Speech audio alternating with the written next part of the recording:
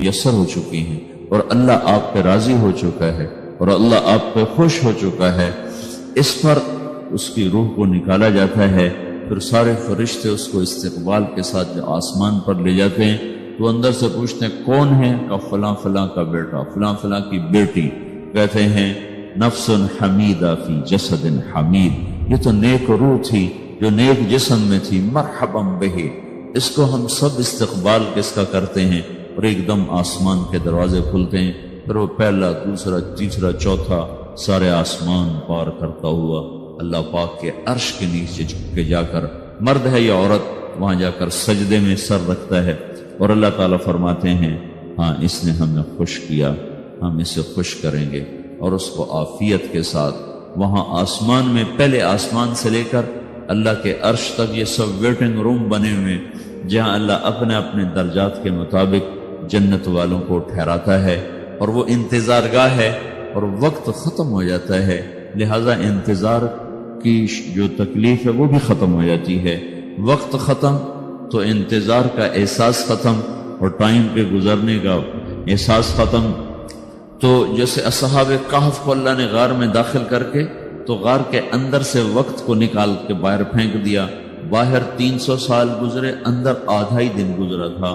وہ جب اٹھے ہیں تو وہ 25 برس کا نوجوان 325 سال کا ہو کے نہیں اٹھا، وہ 25 سال کی عمر میں اٹھا ہے، نہ ناخن بڑا ہے، نہ مونچھیں بڑی ہیں، نہ ان کی داڑیاں لمبی ہوئی ہیں، جو تو زندہ تھے، مر نہیں گئے تھے، تو زندہ کے تو بال بھی بڑھتے ہیں، ناخن بھی بڑھتے ہیں، لیکن وہ اس طرح اٹھے کہ 300 برس گزر گئے، اور 25 برس کا نوجوان 25 سال کی عمر میں اٹھا ہے، 20 برس کا 20 برس کی عمر میں اٹھا ہے، اور وہ کہنے لگے کم لبثنا، بھی کتنا ٹھہرے ہیں، کہ یومن او بعض یومن، لگتا ہے کوئی دن، آدھا دن ٹھہرے ہیں۔ وہ صحیح کہہ رہے تھے، باہر اللہ تعالیٰ نے وقت کی گھڑی کو چلائے رکھا، اور اندر غار میں اس کو سوئچ آف کر دیا، نکال دے، یہاں وقت کو داخل نہیں ہونے دیا، تو وقت کے گزرنے سے جو بھی اثرات مرتب ہوتے ہیں وہ ان پر مرتب نہیں ہوئے، تو وہ 20 آدھے دن کے بعد اٹھے ہیں، باہر 300 سال، اندر آدھا دن۔ یہی کچھ اللہ تبارک و تعالیٰ برزخ میں کر دیتا ہے، وقت کو ختم کر دیتا ہے، گزرنے کا احساس نہیں ہوتا ہے۔ تو اس طرح میرے عزیزو، یہ 2 موتیں ہر انسان دیکھتا ہے، یا وہ جنت کے فرشتوں کا استقبال دیکھتا ہے، یا جہنم کے فرشتوں کی مار اور پٹائی کو سہتا ہے۔ رابعہ بصری رحمۃ اللہ علیہ کا انتقال ہونے لگا تو انہوں نے رات کو فوت ہوئی، تو انہوں نے اپنی خادمہ کو بلا کے فرمایا کہ کسی کو بتانا نہیں، جب میں مر جاؤں تو پڑوس میں 2-4 کو بلا کر نا میرا جنازہ پڑھوا دینا، اور جس کرتے میں تہجد پڑھتی تھی وہی میرا کفن بنا دینا، اور صبح بے شک لوگوں کو بتا دینا، میرے مرنے کے بعد میری میت کو رکھنا نہیں، فوراً دبا دینا۔ جب ان کا انتقال ہوا تو انہوں نے پڑوس کے 2-4 10-20 آدمی بلائے، اور ان کو تدفین تجہیز سب کچھ ہو گئی، صبح شور مچا کہ وہ رابعہ بصری کا انتقال ہو گیا۔ تو اگلے دن وہ خواب میں اس خادمہ کو ملی اور کہا بیٹی تیری بڑی مہربانی، تو نے میری وصیت کے مطابق عمل کیا۔ اس نے دیکھا کہ انہوں نے ایک خوبصورت سبز لباس پہنا ہوا ہے، تو وہ فرمانے لگی، انہوں نے سوال کیا کہ آپ کے ساتھ قبر میں کیا ہوا؟ تو وہ کہنے لگی کہ میرے پاس منکر نکیر آئے تھے اور مجھ سے کہنے لگے من رب کی، تیرا رب کون ہے؟ تو میں نے کہا سبحان اللہ، 40 برس جس کو میں نہ بھلا سکی اس کو 4 ہاتھ زمین میں آ کے میں بھول جاؤں۔ ان کا 42 برس کی عمر میں انتقال ہوا تھا، تو وہ کہنے لگے سبحان اللہ، جس کو میں 40 برس نہ بھولا سکی میں اسے 4 ہاتھ زمین کے اندر آ کے بھول جاؤں گی۔ تو منکر نکیر کہنے لگے اس کا کیا حساب لینا؟ پھر انہوں نے پوچھا کہ وہ آپ کا وہ کرتا کہاں گیا تہجد والا جس میں آپ کو کفن دیا تھا؟ کہا وہ اللہ نے مجھ سے لے لیا ہے اور میرے اعمال کے خزانے میں رکھ دیا ہے، قیامت کے دن میرا وہ کرتا بھی میرے ترازو میں تولا جائے گا، اور مجھے یہ لباس پہنایا ہے جو جنت کا لباس ہے۔ یہ بھی ایک موت ہے، اس طرح بھی لوگ مرتے ہیں۔ اور دوسری بھی ایک موت ہے، ہمارے علاقے کی بتا رہا ہوں، اپنے علاقے، ایک زمیندار مر گیا، اس کی قبر کھودی، ساری بچھوؤں سے بھری ہوئی، ایسے جیسے چیونٹیاں پھر رہی ہوتی، تو انہیں وہ بند کر کے دوسری کھودی، ساری بچھوؤں سے بھری ہوئی، پھر وہ بند کر کے تیسری کھودی، ساری بچھوؤں سے بھری ہوئی۔ قبرستان میں اتنے بچھو کہاں سے آ گئے؟ یہ زمین کے بچھو نہیں ہے، یہ آخرت کی بلائیں ہیں جس کے ساتھ اب اس سے قیامت تک رہنا ہے اور گزارا کرنا ہے۔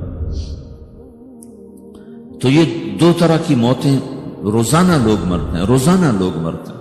جب نماز کا وقت ہوتا ہے ملک الموت ساری دنیا کا چکر لگاتا ہے اور دیکھتا ہے کون پڑھ رہا ہے کون نہیں پڑھ رہا، کون پڑھ رہا ہے کون نہیں پڑھ رہا۔ جو نماز کی پابندی کرتا ہے اس کی موت آسانی سے ہوتی ہے، جو نماز میں غفلت کرتا ہے اس کے ساتھ موت کے وقت شدت اور سختی اختیار کی جاتی ہے۔ تو بھائیو، یہ ایک جسم ہے، ایک روح ہے۔ روح باقی رہنے والی چیز ہے، جسم مٹ جاتا ہے، پھر اللہ سے قیامت کے دن نیا جسم عطا فرمائے گا، ایک نیا جسم دیا جائے گا۔ روح وہی ہے جو اللہ کے خزانوں میں جمع ہو جاتی ہے۔ نافرمان کی سیاہ کالی روح ہوتی ہے، فرما بردار کی روشن چمکدار روح ہوتی ہے۔ تو اللہ نے کچھ تقاضے جسم کے رکھے ہیں اور کچھ روح کے رکھے ہیں۔ جسم کے تقاضے پورے نہ کرو تو یہ پریشان ہو جاتا ہے، روح کے تقاضے پورے نہ کرو تو یہ پریشان ہو جاتی۔ روح کی پریشانی جسم سے زیادہ ہے، چونکہ روح کی طاقت جسم سے زیادہ ہے۔ جسم مٹی سے بنا ہے، اس کی غذا بھی مٹی سے نکلتی ہے۔ روح آسمان سے ہے، اس کی غذا بھی آسمان سے ہے۔ روح کا تعلق جب تک اللہ سے نہیں جڑتا، اس سے بھوک اور پیاس لگتی رہتی ہے۔ جسم کو جب تک روٹی اور پانی نہ ملے یہ تڑپتا اور پریشان رہتا ہے۔ جیسے اللہ تعالیٰ نے ہمارے جسم میں روٹی اور پانی کی طلب کو بے ساختہ رکھ دیا ہے۔ میں بیان کے دوران بھی پانی پی رہا ہوں، آپ دیکھ رہے ہیں کہ مجھے میرا حلق سوکھ جاتا ہے، مجھے طلب محسوس ہوتی ہے پانی، حلق سوکھتا ہے پانی کی طرف بھاگتے ہیں، بھوک لگتی ہم روٹی کی طرف بھاگتے ہیں۔ یہ ایک ایسا اندر میں آٹومیٹک سسٹم ہے کہ ہم اس کو آف نہیں کر سکتے۔ یہ سوتے سوتے بھی بھوک کی وجہ سے آنکھ کھل جاتی، سوتے سوتے پیاس کی وجہ سے آنکھ کھل جاتی ہے۔ یہ ایسا خود اللہ تعالیٰ نے ساختہ نظام بنایا ہے کہ آپ اپنے جسم میں روٹی اور پانی کی طلب کو نہیں نکال سکتے۔ میرے عزیزو، ٹھیک اسی طرح اللہ نے انسانی روح میں اپنی طلب رکھ دی ہے اور اپنے رسول کی طلب رکھ دی ہے۔ یہ دو طلب ایسی ہیں کہ یہ آپ کے جسم روح سے نکل نہیں سکتی۔ جیسے بھوکا روٹی نہ کھا لے، پیاسا پانی نہ پی لے، اسے چین نہیں آ سکتا۔ وہ روح جو اللہ اور اس کے رسول سے نہ آشنا ہے، جب تک وہ وہاں تک پہنچ نہیں جاتی اسے چین نہیں آ سکتا، اس کا اندر پریشان رہے۔ 1997 میں جب جنید جمشید سے میری پہلی ملاقات ہوئی تو اس نے مجھ سے یہ سوال کیا کہ مولوی صاحب، ایک پاکستانی نوجوان جس گلیمر کو خوابوں میں دیکھتا ہے، وہ گلیمر تو مجھے زندگی میں ویسے ہی حاصل ہے، میرے چاروں طرف زندگی کا رقص ہے اور میری زندگی کی ہر خواہش، ہر تمنا پوری ہے، اس کے باوجود میرے اندر اندھیرا ہے، میرے اندر خلا ہے۔ مجھے لگتا ہے میں وہ کشتی ہوں جس کا کوئی ساحل نہیں، جس کی کوئی سمت نہیں، جس کا کوئی گھاٹ نہیں۔ یہ کیوں ہے؟ میرے ساتھ تو ایسا نہیں ہونا چاہیے۔ ایک عام لڑکا تو کہتا ہے ہائے کاش یہ ہوتا، اس کو وہ نہیں ہو رہا تو پھر وہ پریشان ہے، ہائے یہ ہوتا، ہائے وہ ہوتا۔ تو میں تو ہائے نہیں کرتا ہوں، میری تو ہر لذت اور خواہش میرے سامنے تشتری میں سجا کے پیش کی جا رہی۔ میں کیوں ایسا کر رہا ہوں؟ میں ہائے ہائے کیوں کر رہا ہوں؟ میرے اندر ویران کیوں؟ میرے اندر میں خلا کیوں؟ یہ وہی خلا ہے کہ وہ روح کی پیاس کو شراب میں بجھانا چاہتا ہے، وہ روح کی پیاس کو لڑکی میں بجھانا چاہتا ہے، وہ روح کی پیاس کو موسیقی سے بجھانا چاہتا ہے، وہ روح کی پیاس کو دنیا کی رعنائیوں میں 5 اسٹار ہوٹلوں سے بجھانا چاہتا ہے۔ روح کیا جانے روٹی کیا ہے، شراب کیا ہے، پانی کیا ہے، عورت کیا ہے، موسیقی کیا ہے، گھنگرو کیا ہے، پائل کیا ہے، چھنکار کیا ہے، روح کو ان چیزوں کی کیا خبر؟ امریکہ میں ہماری ایک جماعت تھی تو 4 لڑکے 2 لڑکیاں، 4 لڑکیاں 2 لڑکے مسلمان ہیں۔ تو ایک لڑکے کا نام رکھا تھا ابراہیم، اور اس کو جب پڑھایا نا کلمہ تو کہا ہائے، ان کے ہائے، وہ دونوں ہاتھ یہاں رکھے سینے پر، دل پر، کہا ہائے۔ تو ہمارے ساتھی ہیں ڈاکٹر اختر، وہ کہنے لگے کیا ہوا کیا ہوا؟ کہنے لگا جب سے ہوش سنبھالا یہ جگہ خالی تھی، یہ تیرے کلمہ پڑھانے پر بھر گئی ہے کہ میری خوشی سے ہائے نکل گئی۔ یہ جگہ خالی رہے گی، یہاں شراب نہیں پہنچ سکتی، یہاں نغمہ اور موسیقی نہیں پہنچ سکتی، یہاں تالے لگے ہوئے ہیں، یہاں تک کوئی آواز نہیں جا سکتی۔ دل کے تاروں پر ایک ہی نغمہ چڑھ سکتا ہے اور وہ اللہ کی یاد کا ہے اور اللہ کی محبت کا ہے اور اللہ کے رسول کی محبت کا ہے. باقی کوئی مضراب ایسا نہیں جو ان تاروں کو چھیڑ سکے. باقی کوئی چیز آواز ایسی نہیں جو دل کی دنیا پر جا کر دستک دے سکے. یہاں بند دروازے ہیں. یہاں صرف اللہ پہنچے گا, اللہ کے رسول کا تعلق پہنچے گا, باقی کوئی چیز یہاں نہیں جا سکتی. تو چونکہ آج ہمارا علم غلط ہو گیا ہے, پنکھا بند کرو, ہمارا علم غلط ہو گیا ہے, تو ہم نے ان دنیا کی چیزوں کو سب کچھ سمجھ کر اس کی دوڑ لگانا شروع کر دی. تو روح آسمان سے ہے, اس کا تعلق اللہ سے بناؤ بھائیو.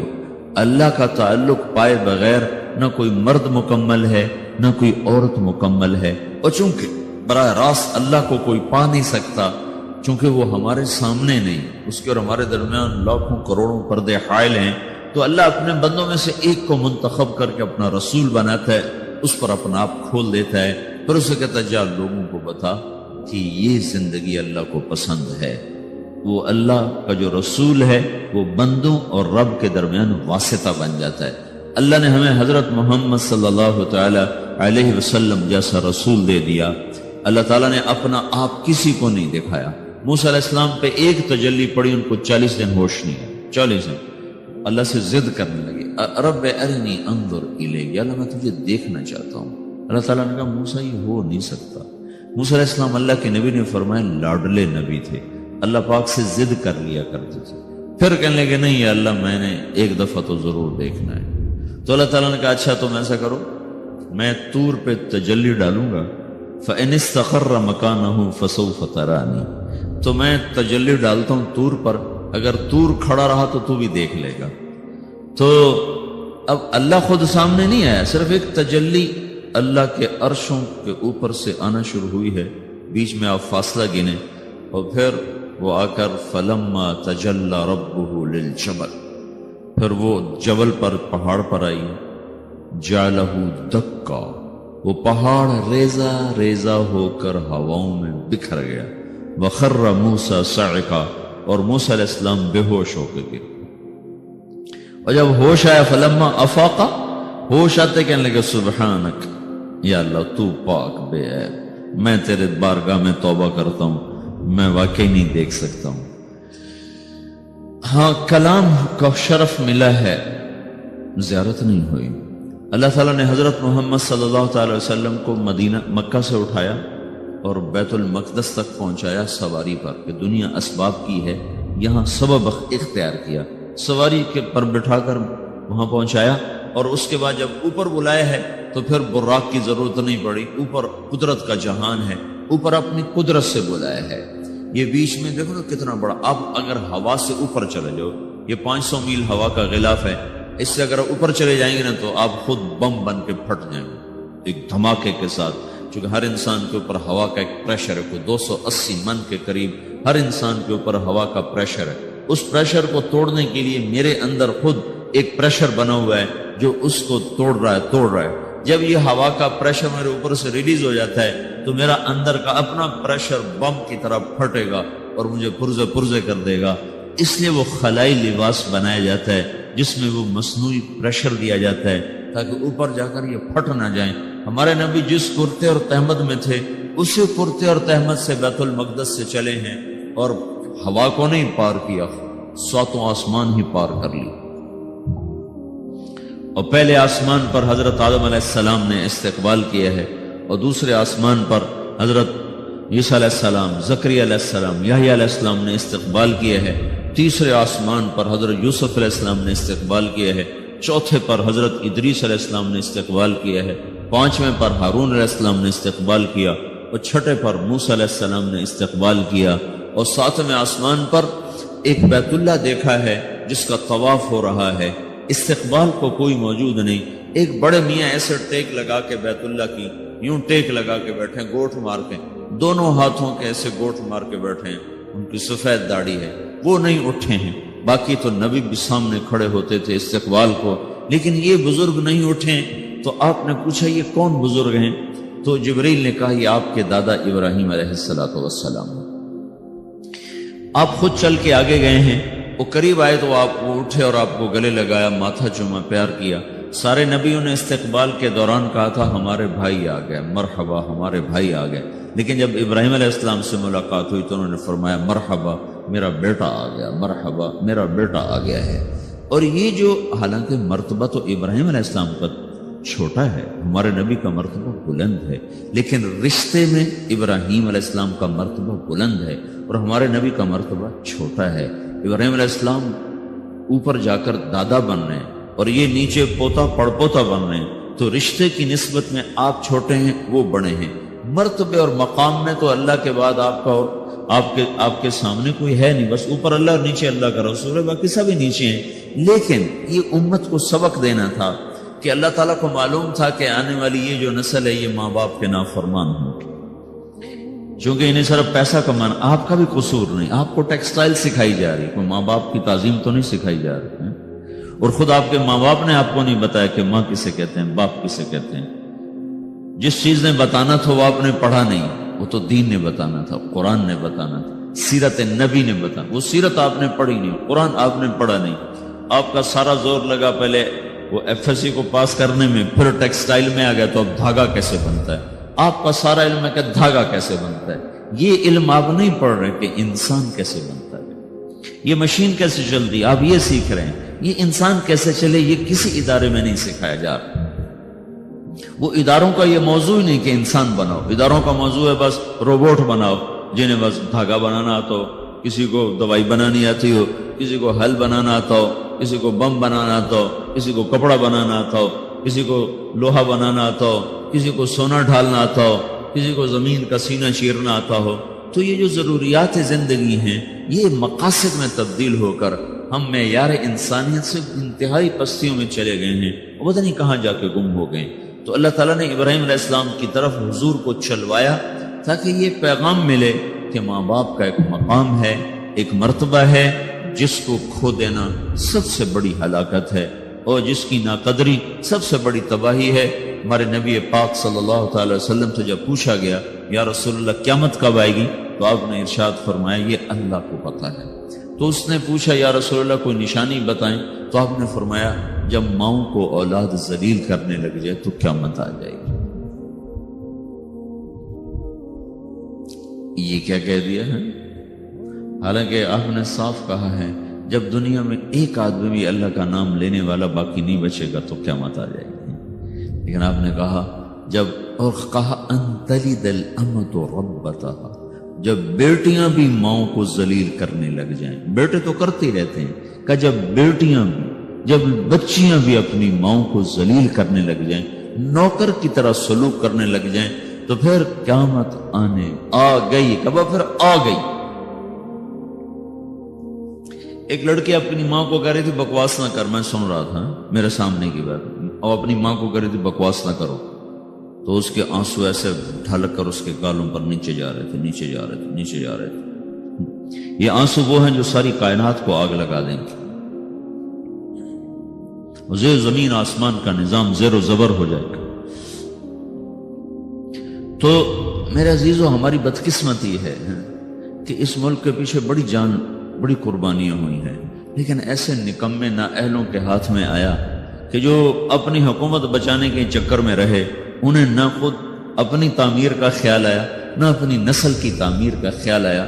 پیسے کا کم ہو جانا تو کوئی اتنا بڑا نقصان نہیں، نسل کا گم ہو جانا اس سے بڑا کوئی نقصان کوئی۔ نوجوان نسل کو منزل کا ہی نہ پتا ہو، ان کے سامنے کوئی ہدف ہی نہ ہو، صرف پیسہ اور صرف پیسہ اور صرف پیسہ، اس کے سوا وہ کچھ جانتے نہ ہوں، تو وہ قوم برباد ہو گئی جن کی نسل اپنی اقدار بھول گئے، اپنے معیار بھول گئے، اپنی عزت کے پیمانے اپنے ہاتھوں سے توڑ دیے اور صرف شہوت کے غلام بن گئے۔ ناچنا گانا، شراب، زنا، یہ سارے معاشرے کا کلچر بن جائے، اس معاشرے کو ہلاکت سے کوئی چیز نہیں بچا سکتی۔ کبھی وہ معاشرہ، کیونکہ وہ ابھی تک اللہ نے کسی کو اپنی حکومت میں شریک نہیں بنایا ہے، اور نہ وہ آئندہ بنانے والا ہے۔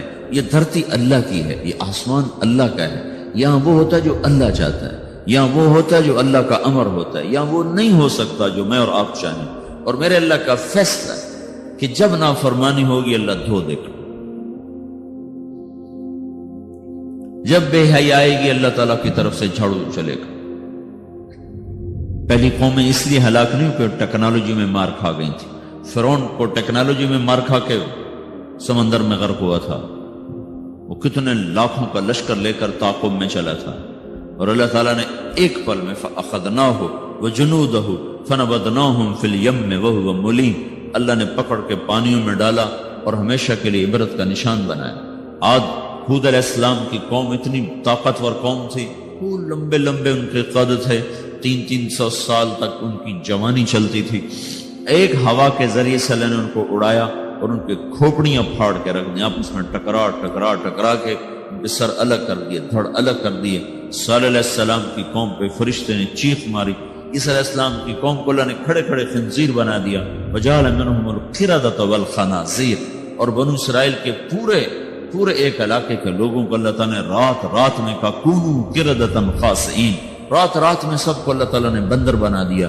لوط علیہ السلام کی قوم پہ 5 عذاب اللہ تعالیٰ نے اٹھا کے مارے کہ ایک آدمی اللہ نے اس میں زندہ نہ چھوڑا، سب کو جا کے تہ خاک پہنچا کر اوپر ایک گندا پانی ان پہ مسلط کر دیا، جس کو ڈیڈ سی کہتے ہیں، جو اتنا گاڑا ہے کہ اس میں چھلانگ بھی لگاؤ تو کوئی نہیں ڈوبتا ہے، اتنا گاڑا وہ پانی ہے، اس میں ڈوبتا کوئی نہیں۔ وہ کوئی 70 مربع میل میں پھیلا ہوا علاقہ ہے، میں گیا ہوں وہاں۔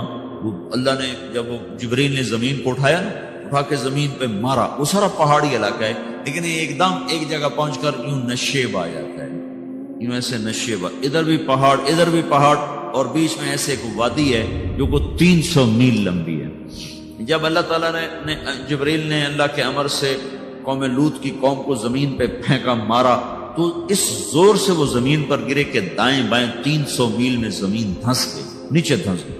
جب اب آپ کوئی پتھر زمین پہ پھینکو نا تو تھوڑی زمین چاروں طرف سے نیچے بیٹھ جاتی، پوری بستی تھی، لاکھوں کی آبادی تھی، جس کو نیچے سے اکھاڑا فون نمبر سے جا کر زمین پر جو پھینکا، وہ اتنے زور سے گرے 300 میل دائیں بائیں زمین اندر دھنس گئی، ادھر بھی پہاڑ اور بیچ میں پوری ایک وہ وادی بن گئی ہے، جس میں اب خیر اب آبادی ہے، لیکن وہ جگہ وہاں ابھی تک وہ گندا پانی کھڑا ہوا ہے، جو اس بات کا اعلان کر رہا ہے کہ نافرمانی کے ساتھ یہ کیا جاتا ہے، کیونکہ ابھی تک کائنات کی باغ ڈور اللہ کے ہاتھ میں ہے، اور فیصلے وہ آسمان سے کرتا ہے، نظام وہ چلاتا ہے، ترتیب اس کے ہاتھ میں ہے، قدرت اس کے ہاتھ میں ہے، حکومت اس کے ہاتھ میں ہے، فیصلے وہ کرتا ہے۔ کل یوم هو فی شأن ان الامر کلہ للہ، ساری شان، ساری قدرت، ساری ہیبت، سارے فیصلے آسمانوں سے ہوتے ہیں، اس کے ملک میں، فیصلوں میں، تدبیر میں، تقدیر میں اور نظام میں کوئی شریک نہیں ہو سکتا، کوئی شامل نہیں ہو سکتا ہے۔ تو بھائی وہ جب ناراض ہوتا ہے تو زمین و آسمان کو زیر و زبر کر دیتا ہے، اور جب وہ راضی ہوتا ہے تو زمین و آسمان کی برکتوں کے دروازے کھول دیتا ہے۔ تو اللہ تعالیٰ نے ہمیں حضرت محمد صلی اللہ تعالی علیہ وسلم جیسا رہبر دیا، جس نے قیامت تک آنے والی ایک چیز کو آنکھوں سے دیکھ کے بتا دیا۔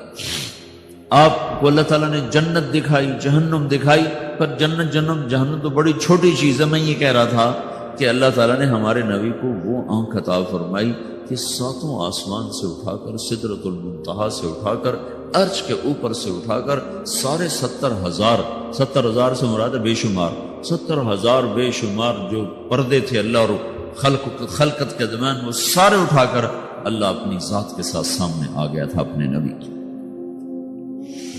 حضرت ابن عباس نے پوچھا یا رسول اللہ رأیت ربک؟ قال رأیت نورک، آپ نے اپنے رب کو دیکھا یا رسول اللہ؟ کہا ہاں میں نے دیکھا، میں نے اس کے نور کا، اس کے جمال کا میں نے مشاہدہ کیا۔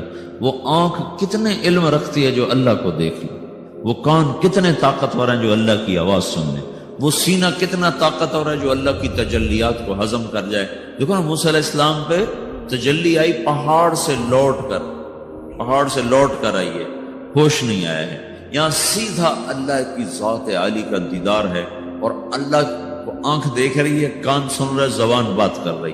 التحیات للہ والصلوات والطیبات، یہ اللہ تعالیٰ سے یہ بات ہو رہی۔ آگے جواب آ رہا ہے السلام علیک ایھا النبی ورحمۃ اللہ وبرکاتہ۔ اس کے جواب میں ہمارے نبی فرما رہے ہیں السلام علینا وعلی عباد اللہ الصالحین. یہ مکالمہ اللہ کے سامنے دیکھتے ہوئے، اللہ کی سنتے ہوئے، کتنا عظیم رسول اللہ تعالیٰ نے بنایا. پھر مکالمہ ہو رہا ہے، یا اللہ ابراہیم کو آپ نے خلیل بنایا، اور موسیٰ علیہ السلام کو آپ نے کلیم بنایا، اور داؤد علیہ السلام کو آپ نے لوہا نرم کر کے دیا، اور سلیمان علیہ السلام کو یا اللہ آپ نے ہوا تابع کر کے دی، اور عیسیٰ علیہ السلام کو یا اللہ آپ نے مردے زندہ کر کے دیے. تو یا اللہ میرے لیے کیا ہے؟ یہ اللہ سے ساتھ بات ہو، اتنا لمبا چوڑا مکالمہ ہو رہا ہے. تو آگے اللہ تعالیٰ جواب میں ارشاد فرما رہا ہے، اَوَلَيْسَ قَدْ آتَيْتُكَ أَفْضَلَ مِنْ ذَلِكَ كُلِّهِ، اے میرے نبی میں نے تمہیں سب چیز سے اعلیٰ چیز عطا کی ہے. اللہ ذکرت الا ذکرت معی، قیامت تک تیرا میرا نام اکٹھا رہے گا، جدا نہیں ہو سکتا. سب سے اعلیٰ چیز قربت دے دی کہ میں نے آپ کو اپنے قریب کر لیا. اب یہ لا الہ الا اللہ کے ساتھ محمد الرسول اللہ جڑ گیا ہے، اب یہ کبھی نہیں مٹ سکتا. اللہ کو پانے کے لیے کوئی راستہ نہیں. محمد الرسول اللہ سند ہے، ڈگری ہے. کیوں بھائی؟ ادھر بازار جب کسی مل میں کوئی چلا جائے گا، جی میں ٹیکسٹائل انجینئر ہوں مجھے رکھ لو، تو سب سے پہلی چیز وہ کیا کہیں کہ آپ کے پاس ڈگری ہے. پاکستان میں 2 کالج ہیں، ایک یہاں ایک دوسرا کہاں ہے؟ کراچی میں ہے. تو سب سے پہلی چیز جو آپ سے مانگیں گے نا، کہیں گے آپ اپنا ڈگری دکھاؤ. تو آپ وہاں جیلی سند پیش کر سکتے؟ جیلی سند کے ساتھ آپ کو کوئی رکھے گا؟ تو وہ کہیں گے جی آپ ہمیں ڈگری لاؤ. یہ ڈگری، یہ سند، یہ ایک ضمانت ہے کہ یہ آدمی صحیح جانتا ہے. اس کے عالم ہونے کی ضمانت نہیں ہے، صرف اس بات کی ضمانت ہے کہ یہ آدمی صحیح راستے پر ہے، صحیح چیز کو اس نے حاصل کیا ہوا ہے. MBBS کی ڈگری دکھاؤ گا، وہ ویسے کوئی بیٹھ جائے پھٹا لگا کے تو پکڑ کے جیل میں ڈال دیں. تو اللہ تک پہنچنے کے لیے صرف ایک راستہ، وہ حضرت محمد صلی اللہ تعالی وسلم کی پاک زندگی ہے. اسے چھوڑ کر، اس سے ہٹ کر کوئی اللہ تک پہنچنے کا دعویٰ کرے تو بھائیو وہ گمراہی پر ہے، وہ صحیح راستے پر نہیں ہے. وہ اللہ کو نہیں پا سکتا، وہ اللہ تک نہیں جا سکتا. اللہ تک جانے کے لیے صرف حضرت محمد صلی اللہ تعالی وسلم کی پاک زندگی ہے. اب اس کی حفاظت اللہ کے ذمے تھی کہ چونکہ آپ کی زندگی نے نمونہ بننا تھا، تو اللہ تعالیٰ نے اس کو قیامت تک کے لیے محفوظ کر دیا، تاکہ اس میں کوئی آج کے دور کا ٹیکسٹائل کا لڑکا کہے جی اللہ کو کیسے راضی کروں. تو یہ دیکھو، یہ قرآن ہے جس کے زیر و زبر میں کوئی تبدیلی نہیں کر سکا، اور یہ اللہ کے محبوب کی سیرت اور زندگی ہے جس میں آج تک کوئی دجال اپنی طرف سے کوئی چیز داخل نہیں کر سکا. یہ سکہ بند چیز ہے، اس کے پیچھے چلو گے تو اللہ ملے گا، عورتیں چلیں گی ملے گا، مرد چلیں گے ملے گا. اس سے ہٹ کر، ان ترتیبوں کو توڑ کر جو کہیں گے ہمیں اللہ مل گیا ہے، تو وہ دھوکے کا شکار ہیں. اس لیے قیامت کا ایک نام ہے تغابن، وذالک یوم التغابن، دھوکے کا دن، فراڈ کا دن. فراڈ کا دن کیا مطلب؟ اس دن نافرمان کہیں گے ہائے ہمارے ساتھ دھوکا ہو گیا، ہائے ہمارے ساتھ دھوکا ہو گیا، ہم دھوکے میں مارے گئے. تو اس دن ایک پکار چل رہی ہوگی، دھوکا ہو گیا، دھوکا ہو گیا، دھوکا ہو گیا، فراڈ ہو گیا. ہم کیا تھے، ہم کیا سمجھتے رہے، نکلا کیا، ہم کدھر جا رہے تھے، پہنچے کہاں. تو یہ ایک نام قیامت کا یوم التغابن بھی رکھا گیا ہے کہ اس دن ہر نافرمان اپنے دھوکے سے نکلے گا، لیکن اس دن بات ختم ہو چکی ہوگی، مہلت ختم ہو چکی ہوگی. تو میرے عزیزو، حضرت محمد صلی اللہ تبارک و تعالی علیہ وسلم کی پاک زندگی وہ اللہ تک پہنچنے کے لیے نمونہ ہے. آپ کی پیدائش سے لے کر وفات تک ساری زندگی اللہ تعالیٰ نے محفوظ کر دی ہے. ایسی محفوظ کی ہے کہ نہ کسی بادشاہ کی ایسے تاریخ لکھی گئی، نہ کسی بڑے وزیر کی ایسے تاریخ لکھی گئی، نہ کسی سائنسدان کی، نہ کسی دانشور کی، نہ کسی مفکر کی، نہ کسی شاعر کی. ایک یتیم کے لیے اللہ نے جو قلم چلوایا لوگوں کا، آپ مسکراتے کیسے تھے، آپ روتے کیسے تھے، آپ غمگین کیسے ہوتے تھے. یہ کوئی بات اگر ان باتوں کا ہمیں نہ پتا ہو تو شریعت میں تو کوئی فرق نہیں پڑتا ہے، لیکن اللہ نے وہ باتیں بھی لکھوا دی کہ جب آپ غمگین ہوتے تھے تو ایسے بیٹھتے تھے. یہ آپ کے غم کی نشانی. سیدھے ہاتھ سے داڑھی پکڑی ہوتی تھی اور اس کونی کو اس ہاتھ پہ رکھا ہوتا تھا ایسے، اور آپ ایسے بیٹھے ہوتے تھے. یہ آپ کے غم کی نشانی. کہ آج اللہ کا نبی غمگین بیٹھا ہے، اور تھوڑی دیر کے بعد آپ ایسے سر پر ہاتھ پھیرتے ایسے، اور پھر یوں داڑھی پکڑ کے بیٹھ جاتے، ایسے بیٹھتے تھے۔ اتنی باری اگر مثلا یہ چیز آپ کو مجھے معلوم نہ ہو تو ہمارے کیا فرق پڑتا ہے، لیکن اللہ نے ایک ہی حبیب بنایا، ایک ہی، اس سے محبت کی، اس سے عشق کیا، پھر اس کی زندگی کو اللہ تعالیٰ نے خود، اس کی ساری اداؤں کو اللہ تعالیٰ نے خود، آپ کہاں مسکرائے کہ دانت ظاہر ہوئے، آپ کہاں مسکرائے کہ داڑھیں بھی ظاہر ہوئیں، کہ آپ کی داڑھ مبارک بھی نظر آ رہی تھی، جب آپ ہنس رہے تھے تو آپ کی داڑھیں بھی نظر آ رہی تھیں، جب آپ ہنس رہے تھے تو صرف آپ کے دانت نظر آ رہے تھے۔ آپ کس جگہ پر کیسا روئے، ہچکیوں سے روئے یا آنسوؤں سے روئے، یا آپ نے ٹھنڈی آہ بھری، یہ اتنی چھوٹی چھوٹی باریک باتوں کو بھی اللہ تعالیٰ نے محفوظ کر کے لکھوا دیا۔ آپ کو کیا پسند ہے، آپ کو کون سا گوشت پسند ہے؟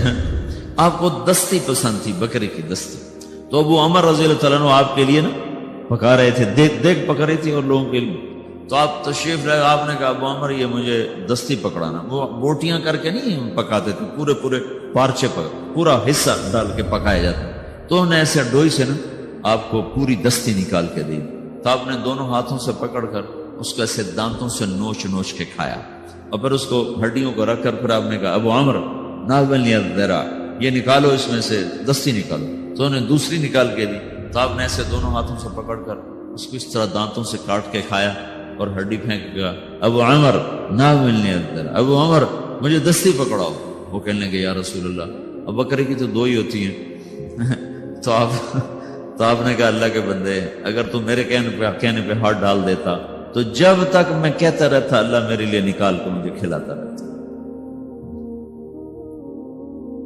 آپ کو شہد کا شربت پسند تھا، کھجور کا شربت پسند تھا، انگور کا پھل پسند تھا، برنی کھجور پسند تھی، اجوا کھجور پسند تھی، بے روحا کا ٹھنڈا پانی پسند تھا، سفید لباس آپ کو پسند تھا، قمیص آپ کا پسندیدہ لباس تھا، چال میں آپ کے عاجزی اور مسکنت تھی، پاؤں چھوٹے رکھتے تھے، چال میں تیزی ہوتی تھی، گردن جھکی ہوتی تھی، نظر اٹھا کے نہیں چلتے تھے، مردوں میں بھی بیٹھتے ہوئے آپ کی نظر نہیں اٹھتی تھی، چاہے جائے کہ کوئی عورت سامنے آ جائے۔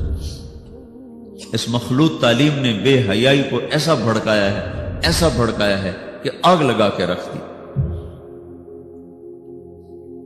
مسلمان ہماری ایک زندگی ہے، ہم مغرب کے غلام نہیں ہیں، بن گئے اپنے کرتوتوں کی وجہ سے بن گئے، تو پھر جو غلام ہوتا ہے اس کی اپنی کوئی اقدار نہیں ہوتی، جو آقا کہے گا اسے وہی کرنا ہے۔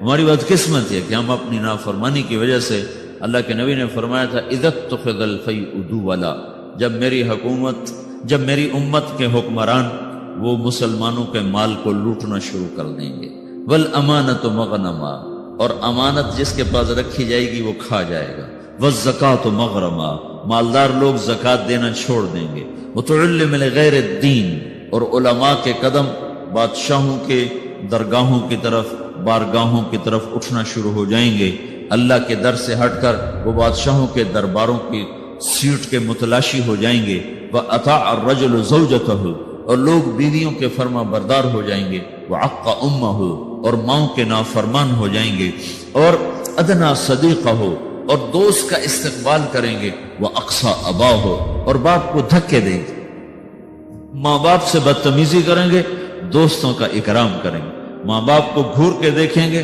دوست کو خوش ہو کے دیکھیں گے، ماں باپ کو پانی پلا کے راضی نہیں ہوں گے، دوستوں کے لیے ان کو مری میں بھی جا کر کھانا کھلانے کے لیے تیار ہو جائیں گے۔ اللہ کے نبی نے فرمایا کاش میرے ماں باپ ہوتے میں ان کی بڑی خدمت کرتا، اور نہیں تو میری ماں تو ضرور ہوتی، اور میں عشاء کی نماز کے لیے مصلی پہ کھڑا ہوتا، سورۃ فاتحہ شروع کر چکا ہوتا، اور ادھر میرے گھر کی کھڑکی کھلتی اور میری ماں منہ نکال کے کہتی محمد، تو میں نماز توڑ کے کہتا جی اماں جان۔ یہ اللہ کے رسول کا جذبہ ہے۔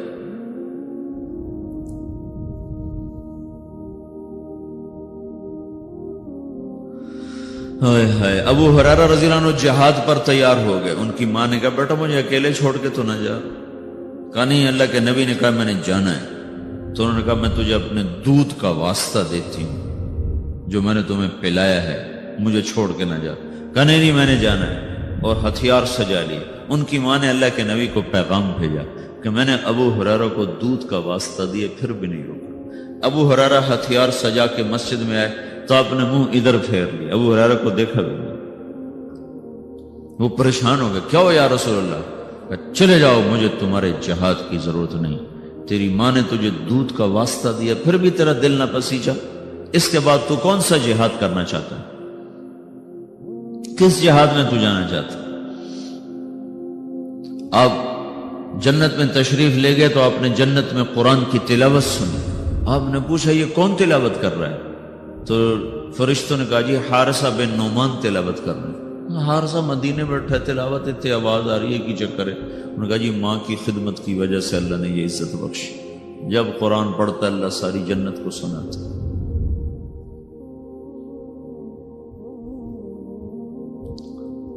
اور ایک صحابی کی بیوی نے پیغام بھیجا، یا رسول اللہ میرے خامد مر رہے ہیں، کلمہ نہیں پڑھ۔ صحابی اور کلمہ نہ پڑھا جائے، صحابی کلمہ نہ پڑھا جائے، ساری دنیا کے ابدال قطب صحابی کے پاؤں کی خاک کے برابر۔ تو آپ نے پوچھا ماں باپ میں کون زندہ؟ کہا جی ماں زندہ ہے۔ کہا ناراض ہے؟ کہا جی ناراض ہے۔ تو آپ نے اس کی ماں کو پیغام بھیجا کہ علقمہ، ان کا نام تھا علقمہ، میں آپ سے ملنا چاہتا ہوں۔ وہ خود آ گئی۔ تو آپ نے فرمایا تم علقمہ سے ناراض ہو؟ ہاں جی ناراض ہو۔ کیا ناراضگی ہے؟ کہ یا رسول اللہ مجھے اس کے دین کا کوئی گلہ نہیں، بہت نیک ہے، بدتمیز ہے، زبان سے جب بولتا ہے تو دل توڑ دیتا ہے، زبان کا بدتمیز ہے اور کچھ نہیں، صرف زبان کی تیزی، بولاؤ تو کھانے کو آتا۔ اس جوانی میں یہ ایسا ہی لہجہ ہوتا ہے نوجوانوں کا اپنے ماں باپ کے ساتھ، کیسے کاٹنے کو آتے ہیں، کھانے کو آتے ہیں۔ یہ تو صحابی کا کلمہ روکا پڑا، میرے آپ کے ساتھ کیا ہو؟ اگر تم نے ماں باپ کو ایسے بدتمیزی سے بولنا سیکھ لیا تو کیا کرو گے مرتے وقت؟ تمہاری ٹیکسٹائل تو نہیں تمہارے کام آنے کی قبر میں؟ اگر تم صرف ٹیکسٹائل انجینئر ہو تو مکڑی تم سے بہتر ٹیکسٹائل انجینئر، کیسا دھاگا بناتی اور کیسا نقشہ بناتی۔ تو آپ نے کہا معاف کرو گی؟ کہا نہیں میں نہیں معاف کروں گا۔ تو آپ نے حضرت بلال سے کہا بلال لکڑیاں اکٹھی کرو اور علقمہ کو آگ لگاؤ۔ وہ کہنے گے یا رسول اللہ، وہ کہنے گے آپ علقمہ کو آگ لگائیں گے؟ کہا ہاں۔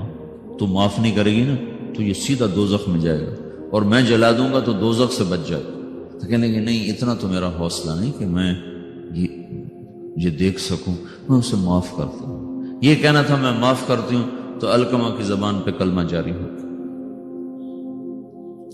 اور ساتھ ہی ان کا انتقال ہو گیا۔ پھر آپ نے اس کا جنازہ پڑھایا۔ پھر آپ نے فرمایا جس نے ماں باپ کو دکھ دیا اس پہ اللہ کی لعنت، فرشتوں کی لعنت، زمین آسمان کی لعنت، نہ نماز قبول ہوگی، نہ روزہ، نہ صدقہ۔ تو آپ نے فرمایا کہ جس وقت میری امت میں مائیں ذلیل ہوں گی، باپ در بدر ہوں گے، ٹھوکر کھائیں گے، دوستوں کی عزت اور اکرام ہوگا اور باپ کو ذلیل کیا جائے گا، وساد القبیلۃ فاسق ہوں، اور قبیلے کا سردار فاسق و فاجر ہوگا، وکان رئیس القوم ارذلہم، اور حکومت نکمے انسانوں کے ہاتھ میں ہوگی، وَأُكْرِمَ الرَّجُلُ مَخَافَةَ شَرِّهِ، ایک دوسرے کو سلام کریں گے اندر میں بغض بھرا ہوا ہوگا، ایک دوسرے کو سلام کریں گے اندر میں کوئی نہ کوئی مفاد بھرا ہوا ہوگا، اور وَارْتَفَتِ الْأَصْوَاتُ فِي الْمَسَاجِدِ، اور مسجدوں میں لڑائیاں شروع ہو جائیں گی، وَظَهَرَتِ الْقَيْنَاتُ وَالْمَعَازِفُ، اور ساری امت گانے بجانے میں ڈوب جائے گی۔ یہ وہ دور ہے جب سوائے قرآن کے کسی گھر میں کسی چیز کی آواز نہیں آتی تھی، اور اب آگے دیکھ کے بتا رہے تھے کہ ایک وقت آنے والا ہے جب ساری امت موسیقی میں ڈوب جائے گی۔ ظہرت القینات، اور گانے والیاں معزز ہو جائیں گی، محترم ہو جائیں گی، والمعازف، اور گانے کے آلات، سارے ٹیکسٹائل کے ہاسٹل میں میوزک کی آواز چاروں طرف گونج رہی ہے۔ میں نے ہاسٹل لائف گزاری ہے، میوزک کیسے گونجتا ہے، میں خود اس دور سے گزرا ہوں، لیکن میں تو جانور تھا، مجھے تو پتہ نہیں تھا، اور اس طرح تبلیغ کا کام بھی کوئی نہیں تھا کہ ہمیں آ کر کوئی بتاتا اور سمجھاتا۔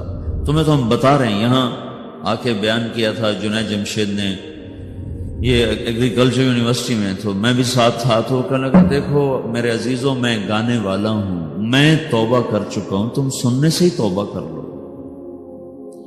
یہ کیسے دیوانے ہیں جو کہتے ہیں موسیقی روح کی غذا ہے، یہ روح کی غذا ہوتی تو میں چھوڑ دیتا، بلا تم روٹی چھوڑ دو گے، پانی چھوڑ دو گے، تمہیں کوئی لاکھ تقریریں کرے تو روٹی چھوڑ دو گے، پانی چھوڑ دو گے، تو جو چیز روح کو تقویت پہنچائے اسے کون چھوڑے گا؟ روح کو تقویت پہنچانے کے لیے صرف تم ایک دفعہ کہتے نا اللہ، تو تمہاری روح کا رواں رواں سرشار ہو جاتا. جب کہتے نا لا الہ الا اللہ، تو تمہاری ساری روح میں نغمے نغمے گونجنے لگتے. تو اس نے کہا میں گانے والا توبہ کر چکا، تو سننے والی بھی تو توبہ کرو. کہ ظہرت القینات والمعازف، گانے والیاں معزز، گانے موسیقی عام، وشربت الخمور، و شراب پی جائے گی. ولانا آخر هذه الامت اول. میں لاہور میں تھا، ایک بڑے افسر کہنے لگے جی قرآن میں کہاں لکھا ہے شراب حرام ہے؟ میں نے کہا قرآن میں کہاں لکھا ہے زنا حرام ہے؟ دکھا دو کہیں قرآن میں لکھا ہو کہ زنا حرام. چلو زنا تو ایک مسلمان بھی کر سکتا ہے، شراب ایک مسلمان بھی پی سکتا ہے. سارے قرآن میں کہیں دکھاؤ کہ لکھا ہو شرک حرام ہے، پتھر کی پوجا حرام. اللہ کے بندو، تم نے انگریزی پڑھی ہے، تم نے عربی نہیں پڑھی. تم عربی کا محاورہ کیسے سمجھ سکتے؟ ایک حرام کرتے ہو، ایک اس کو حلال کہتے ہو. ایک شراب پینے کو اس کو حلال کہنا، ایک نماز نہ پڑھنا ایک اس کو حلال کہنا. یہ تو اسلام سے ہی باہر نکل گیا.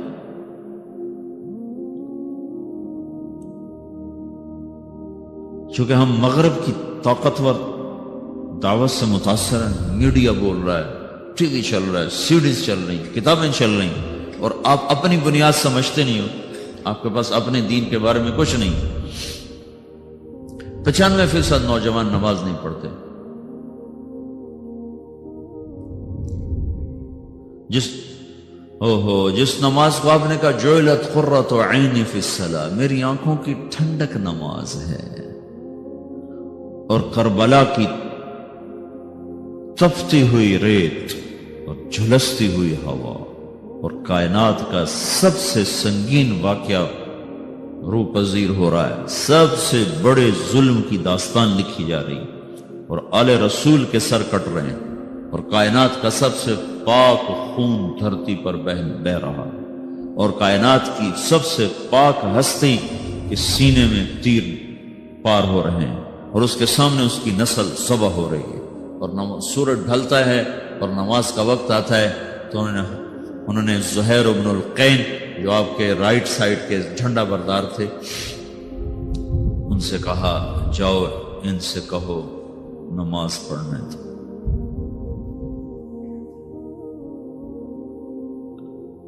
اب نماز پڑھنے کی کیا ضرورت؟ ابھی تو اللہ سے ملاقات ہو جانی ہے، تو نام بھی پڑھیں تو کیا حرج ہے؟ تھوڑی دیر کے بعد تو سر کٹنے والا ہے. تو انہوں نے زہیر کو بھیجا، وہ شمر کے پاس کے قریب پہنچے. جنگ تو زوروں پر تھی. وہ شمر کے قریب پہنچے اور زور سے کہا تھوڑی دیر کے لیے جنگ روکو، نماز پڑھنا. تو شمر نے کہا تمہاری نماز نہیں ہوتی ہے. تو انہوں نے کہا اللہ کی لعنت ہو تم پر، جن کے طفیل نماز ملی ان کی نہیں ہوتی. وہ اس گھر کی وجہ سے تو نماز ملی ہے، انہی کی نہیں ہوتی، تمہاری ہوتی ہے. تو انہوں نے واپس آ کر کہا کہ جی وہ نماز کی اجازت نہیں مل رہی. تو آپ نے کہا آدھے دشمن کے سامنے کھڑے ہو جاؤ اور آدھے صفے بنا. اور نماز شروع ہو گئی اور نماز پڑھی گئی، اور ایسی نماز ہے کہ خون بہ رہا ہے، دھڑ کٹ رہے ہیں، گردنیں جدا ہو رہی ہیں. یہ وہ سجدہ ہے جس جیسا سجدہ شاید پیچھے آنے والے زمانوں میں اور کسی نے نہ کیا ہوگا، کہ جن کے وضو بھی ان کے خون سے ہو رہے تھے.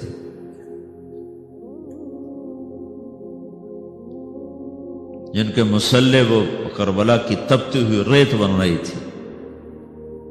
95% لوگ نماز نہیں پڑھتے. قرآن کا پہلا صفحہ کہہ رہا ہے الذین یؤمنون بالغیب ویقیمون الصلاۃ. سارے قرآن کو ڈھونڈنے کی ضرورت، صرف پہلا صفحہ پڑھ لو. کامیاب کون لوگ ہیں؟ جو اللہ پر ایمان لائے، غیب پر، اور نمازوں کو زندہ کر دیا. جمعہ کا دن تھا، ظہر کی نماز پڑھی ہے اور عصر کی نماز سے پہلے شہید ہوئی.